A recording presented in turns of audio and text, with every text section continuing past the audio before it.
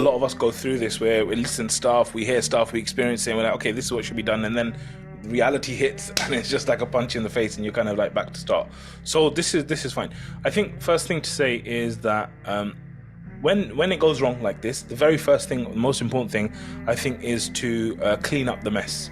So usually what happens is your outbursts, your reactions, they cause a mess, they cause a problem, and first thing I would say is to clean up that mess. Right? So let's say that I exploded on my colleagues and I was really rude to them or something like that.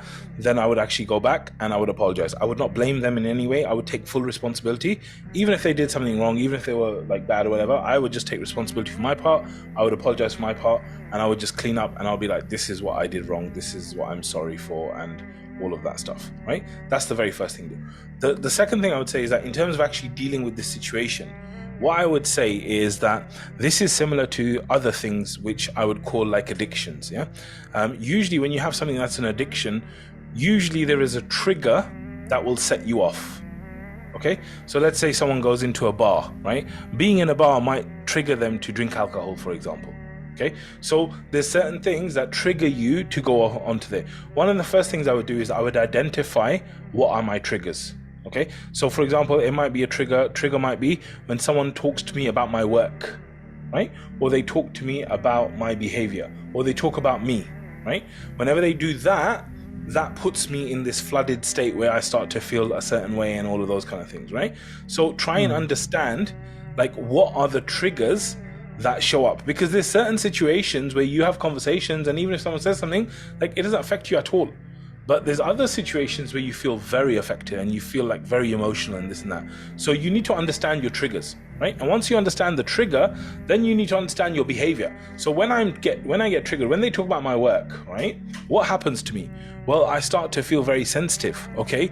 Why do I feel sensitive? Well, I feel sensitive because I feel like they're attacking me and they feel like, so it's like I'm trying to understand what's actually going on here, right? Because before we can fix this, we need to understand what's actually happening right now. So we got the triggers, we got what's going on, and then after that, it's a case of like, what does my natural behavior then be when that kind of happens? And then you're going, okay, this guy is trying to make me look bad, this guy is trying to this, and this guy is trying to this and that. He hasn't said any of that. Where's all that come from? That's all come from you. Right? So you're being quite judgmental. Like you're not thinking, okay, you could think good thoughts, because as Muslims, this is what the Prophet told us to do, to have husn al-dhan, to think good of people, right? So for example, in that same situation, you could think like, this guy actually wants the problem sorted, he's actually trying to help me. But what you're thinking is actually quite negative and quite judgmental and this and that. And you might be right, by the way, right? I'm not saying you're wrong, by the way, but you could be right. But I'm saying, what helps you as a person?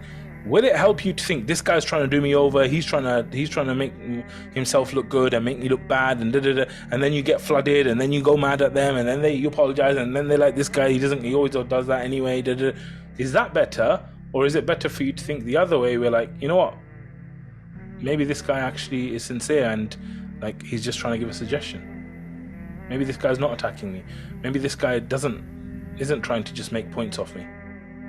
Like if you thought that, how would you feel then? And that's the problem, that your perception is causing you to go down this terrible path, which is going to ruin things for you. It's going to end up in you losing your job eventually, basically, right? If enough people complain and you creating a toxic work environment. So if you've got a belief like that, or you could have the other belief, which is, look, everyone that's there is a human being. He's just trying to do what he does in his life, and he's pointing this point out. Like, I'm good at my job, I know what I do and stuff. I should just listen to what he's got to say. If I disagree, it's not a problem, right?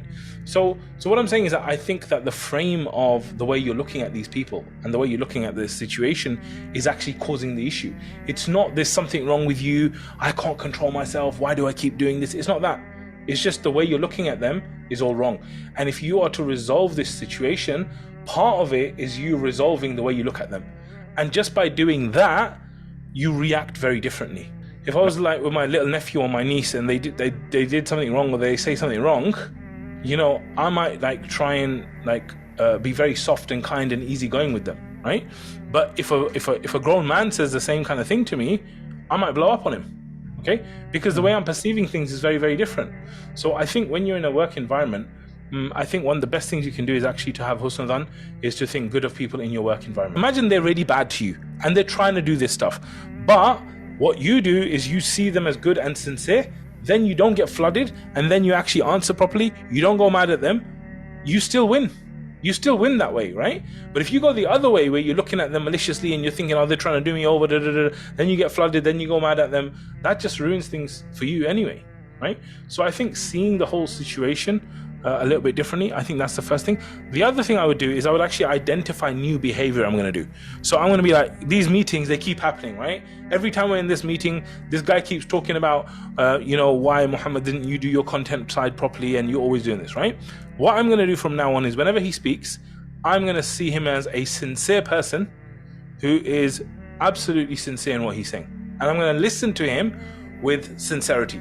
Because what you're doing right now is you're listening to him with all your baggage and your preconceived notions. I'm going to put that baggage down. I'm going to put the preconceived notions down. I'm going to listen to him the way he says. And when he says something to me, I'm actually not going to respond. I'm just going to write it down, right? I'm saying like, this is the new path, the new behavior.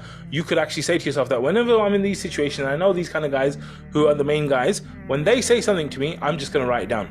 So they're going to say, okay, bro, you need to do your content like you've never done it like this. You should do it like this. And it's not even their field. I'm going to write it down, and I'm going to say, okay, great. Thanks for that. Let me go think about that, and I'll get back to you on it.